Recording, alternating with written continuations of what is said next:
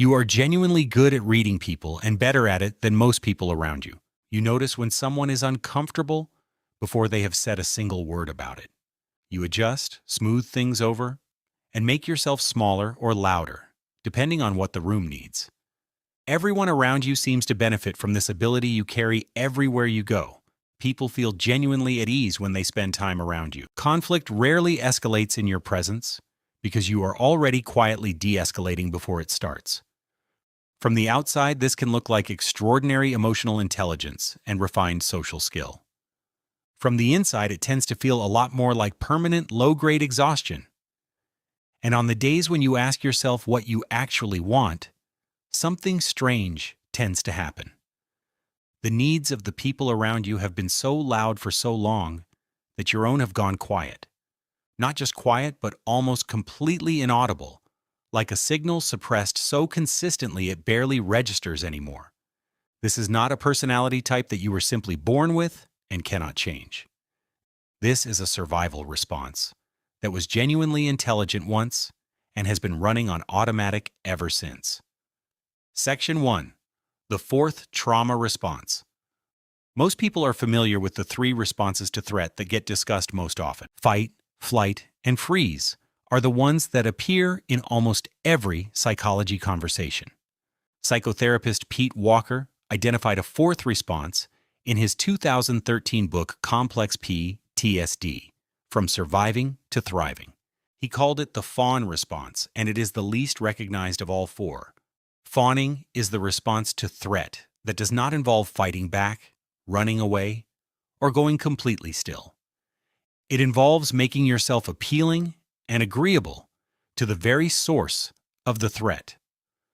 Walker describes it precisely as a response to threat by becoming more appealing to the threat itself. In environments where the caregiver was both the source of comfort and the source of danger, fawning made sense. It was the most intelligent strategy available to someone who had very limited other options. If being fully yourself consistently provoked a difficult reaction, the logical solution was to stop being fully yourself. If having visible needs regularly created instability, the solution was to make your needs completely invisible. The child who learned this was not broken or weak in any meaningful sense at all. They were reading their environment accurately and adapting to it as intelligently as they possibly could. The serious and lasting problem is that the adaptation does not automatically stop when the environment changes. Section 2. What the nervous system learns. Stephen Porges at Indiana University developed polyvagal theory over several decades of dedicated research. His work describes how the autonomic nervous system governs our responses to both threat and safety. He identified three primary states that the nervous system moves between based on perceived safety. The ventral vagal state is calm, connected, and capable of genuine social engagement with other people. The sympathetic state is mobilized and activated, the foundation of fight or flight responses. The dorsal vagal state is shut down, collapsed inward, and disconnected from external experience entirely. Dr. Arielle Schwartz has written extensively on polyvagal theory and complex trauma research. She explains that the fawn response involves two nervous system states running simultaneously. The ventral vagal system is active enough to produce outwardly warm and agreeable behavior. But underneath that apparent warmth, the dorsal vagal system is also running at the same time. It is suppressing authentic emotional expression and shutting down anything that might create visible conflict. Schwartz describes it directly as people-pleasing to the degree that the person disconnects from their own needs. The person appears regulated, warm, and genuinely easy to be around from any external perspective. But internally, they are running a performance engineered to produce safety by satisfying the needs of others. Over time, this performance becomes so automatic that the performer stops knowing where it ends and they begin. Section 3. The authenticity versus attachment bind. Physician and trauma researcher Gabor Mate has spent decades studying how early environments shape adult psychology. His central argument is that people-pleasing is not a personality flaw someone was simply born carrying. It is the direct result of a specific developmental bind that many children encounter very early in life. Children need attachment, safety, closeness, and belonging as a genuine biological requirement for survival. In environments where that attachment was conditional, the child faces an impossible and fundamentally unfair choice: be authentic and real, and risk losing the attachment that keeps you emotionally and physically safe, or give up authenticity entirely in order to preserve the attachment you cannot actually survive without. Almost every child placed in that position makes the same unavoidable choice and chooses the attachment. Mate states it directly that the child is not asking, "What do I need?" The child is asking, "What must I do and who must I be in order to be loved here?" The adult who grew up making that calculation every single day develops extraordinary skill at meeting others' needs, and simultaneously develops almost no skill at identifying, let alone expressing, their own needs clearly, because practicing that skill was simply never safe enough to do in the original environment. Section 4. The patterns that give it away. The research identifies 4 consistent patterns in adults who are still running the fawn response. The first is automatic agreement rather than genuine agreement that has been consciously considered. An opinion forms, gets rapidly evaluated for conflict risk, and gets suppressed or modified before leaving the mouth. This happens so fast that the person genuinely believes they simply do not have a strong opinion. The second pattern is compulsive helpfulness driven by obligation rather than freely chosen generosity. It comes from the nervous system associating providing for others with feeling safe and protected.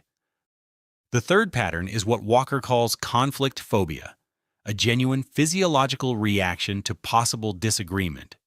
Racing heart, tightening chest, and the overwhelming compulsion to smooth things over before they can get worse.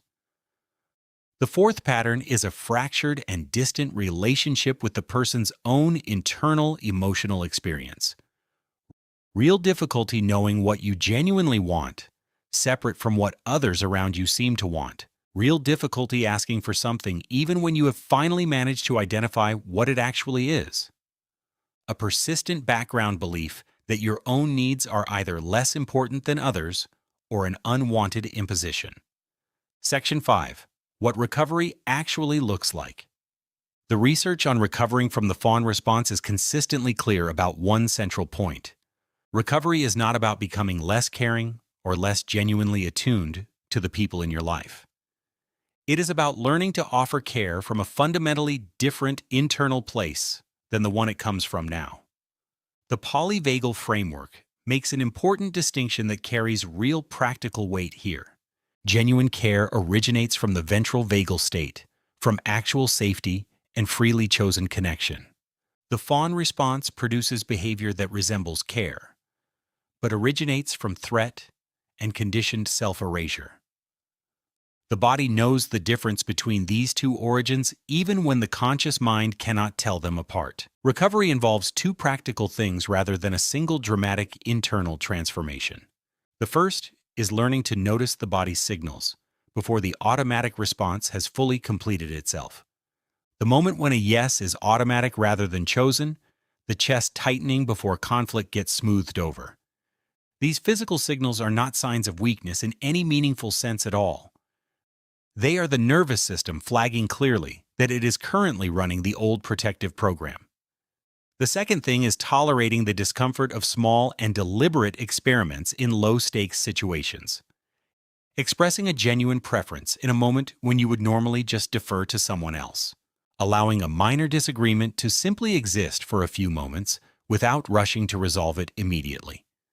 Each small experiment gives the nervous system genuinely new information to process and integrate. Information that says a genuine need was expressed, and the relationship did not fall apart around it. A disagreement happened, and the other person is still present, and the situation is still safe. This work is genuinely slow because it took years to build the original pattern in the first place. The direction is not less care for the people in your life, but more care for yourself running alongside it. Not the elimination of your sensitivity toward others, but the construction of a self to actually be sensitive from. If this kind of psychology is what you want more of, Subscribe to Wired This Way right now. Real neuroscience, plain language, and no empty advice about simply learning to say no more often. Turn on notifications, and I will see you in the next one.